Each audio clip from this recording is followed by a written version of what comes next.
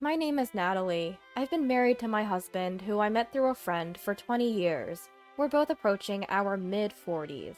We live with my husband, Smith, our daughter, Evelyn, our son, Watson, and my mother-in-law. Before we got married, my husband seemed like a caring and reliable man who loved his mother. However, after marriage, it became clear that my mother-in-law adored her only son, and he often prioritized her over our family. When I tried to talk to him about the tough treatment I received from mother-in-law, he would say, "My mom is right," and he wouldn't listen to me. Life was bearable when we lived separately from mother-in-law, but when our second child, our son, was born, my father-in-law passed away suddenly. Concerned for mother-in-law, my husband suggested we move in with her. Once we started living together, mother-in-law's attitude toward me worsened.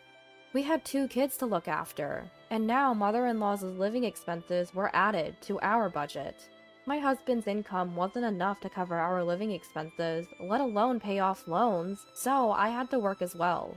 Mother-in-law didn't like this and said, "A wife should stay home and take care of the house," and "Don't neglect household duties just because you work."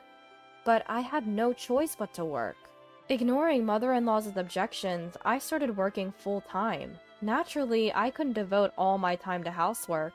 Things got tough, and I asked my husband for help. But he would just lounge on the sofa, playing games on his smartphone even when he was home. Mother-in-law, instead of correcting him, would say, "Smith is tired from work. Natalie should handle everything at home." Moreover, mother-in-law wouldn't lift a finger, even for her own needs, and threw everything onto me. My husband seemed to like this, and stopped doing anything around the house. In the end, while working full-time, I had to handle all the housework and childcare for our family of 4, including mother-in-law. To make matters worse, mother-in-law demanded an allowance of $500 a month from our household budget, even though she contributed nothing. Mother-in-law doesn't contribute a single dollar to our household expenses. Of course, all of her food and utility bills come out of our budget. On top of that, she even demanded an allowance from our household income. Naturally, I refused. But mother-in-law argued, "The household income is Smith's earnings. You, as his wife, have no say in how it's spent." My husband backed her up, saying, "It's my money, so I can give it to my mom if I want to." Neither of them understood why I needed to work full-time. Yet, if I ever cut corners on housework due to my busy schedule, mother-in-law would criticize everything from the meals I prepared to how I cleaned. "Oh, take out again tonight? Poor kids," she'd say. Or, "Natalie, your cleaning is really sloppy," criticizing me at every turn. Even when I asked for help with the kids, neither my husband nor mother-in-law would lift a finger. Mother-in-law's favorite line was, "When I was young, I did all the housework and childcare myself." She'd go on and on about how great she was as a wife and mother, and how I fell short in both roles. Adding insult to injury, my husband would just listen and say nothing, making me feel even worse. But I could have tolerated all that. What hurt the most was mother-in-law telling my kids, "You two are really unfortunate," and "Such a careless person doesn't deserve to be a mother." I've never neglected my daughter or son, yet she had the audacity to say this. Thinking about how my kids must feel hearing that made me incredibly frustrated. Then one day it came to light that my husband was having an affair. My husband, who neglected household duties because he was busy with work and just lounged around on his days off, had betrayed me. Even after this revelation, he blamed me, saying, "You're always nagging to help around the house, so I never get a break." Mother-in-law chimed in, "This happened because you're not a good enough wife." They even said, "If you have complaints, then leave." All my efforts to keep our home together felt like they had been for nothing. I felt something inside me break. As our marital discussions continued, I grew increasingly exhausted. Finally, during one of our talks, I said, "Fine, I'll leave this house." Upon hearing this, mother-in-law neither got angry nor surprised. She just laughed and said, "Oh, you're finally leaving. Well, it won't make much difference whether you're here or not." Even my husband was indifferent, saying, "With mom around, it's the same as if you were here. Do whatever you want." He probably planned to invite his affair partner home right away. They both seemed to think their lives wouldn't change a bit if I left. What had all my efforts for the family been for? I felt more empty than sad.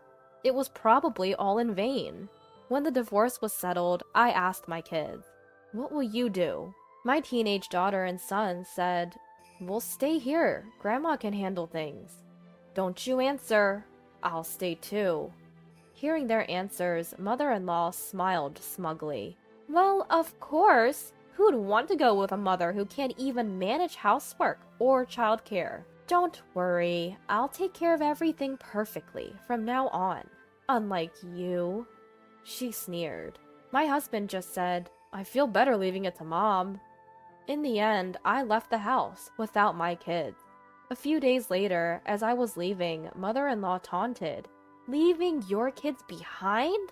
You're the worst kind of wife." I left home while being ridiculed by mother-in-law. Months after leaving, I'd finally stabilized my life. Then, out of the blue, I got a call. "Natalie? Where are you?" It was mother-in-law. I left my contact info for the sake of my kids, but mother-in-law sounded frantic. "Why do you need to know? I have no relation to that house anymore." "What are you talking about? Our home is a mess because you left!" According to mother-in-law, everything had gone downhill since I left. I was inwardly stunned. Unaware of my reaction, mother-in-law continued. "Every weekend, I have to accompany Watson to his soccer club. When there's a match, I even have to drive. And I have to buy drinks for everyone when it's our turn. Plus, there's the muddy uniforms to wash. No one told me parents had to polish soccer balls. Then there's driving Natalie to and from cram school, and it's costing extra for remedial classes. On top of that, Smith's income isn't enough to cover the mortgage, so now he's telling me to work. I had to get a part-time job. And Smith, when he gets home, he just lies on the sofa. He can't even put his dirty clothes in the laundry basket. I'm tired from working part-time, but he does nothing, saying he's tired. I have to do all the housework and laundry for the entire family by myself. And yet, all she does is complain about the food I make. Natalie, please come back." Clearly worn out, mother-in-law's voice was almost a scream, but I calmly responded. "Weren't you and Smith the ones who told me to leave? Weren't you supposed to handle everything perfectly on your own, unlike me?" I could tell mother-in-law was shocked on the other end of the phone. Her current situation was exactly where I had been just a few months ago, working to support the family, handling all the housework and childcare alone, and a husband who wouldn't help. Except she didn't have me to complain about, so she was better off. Probably the woman who was the husband's cheating partner, whom mother-in-law expected as a labor force. The woman my husband had an affair with left him right after I moved out. It would be so.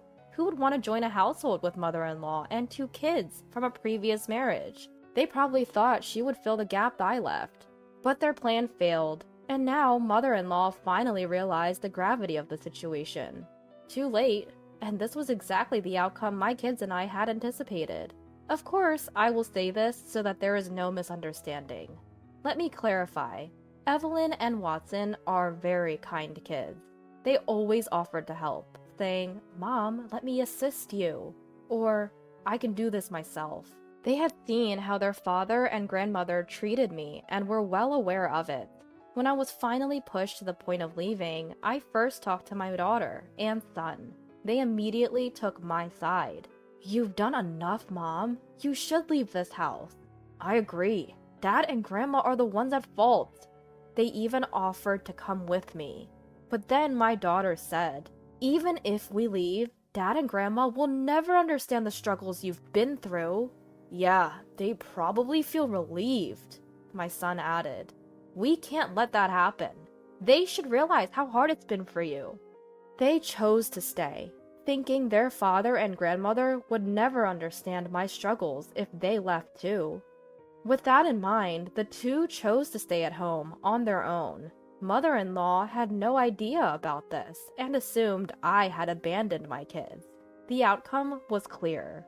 I never had high hopes for my husband, but mother-in-law couldn't possibly replace me in supporting the family, doing housework, and raising kids. And with just my husband's income, they couldn't even manage the household finances, let alone the mortgage. Mother-in-law probably finally realized where her allowance had been coming from.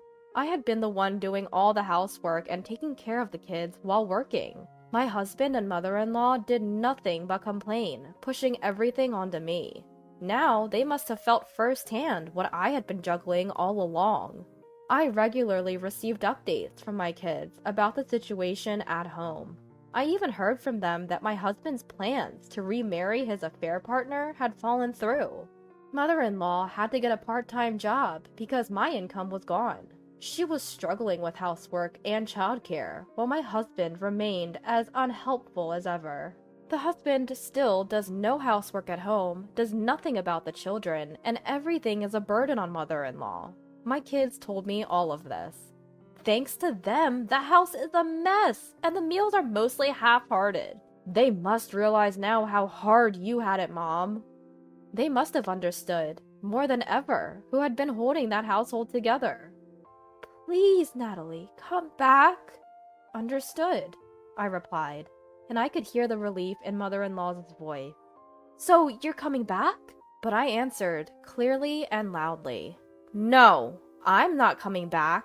What I've realized is that I can't trust you or Smith with my children. I'll be taking my daughter and son. They want that too. What? You left them behind, didn't you?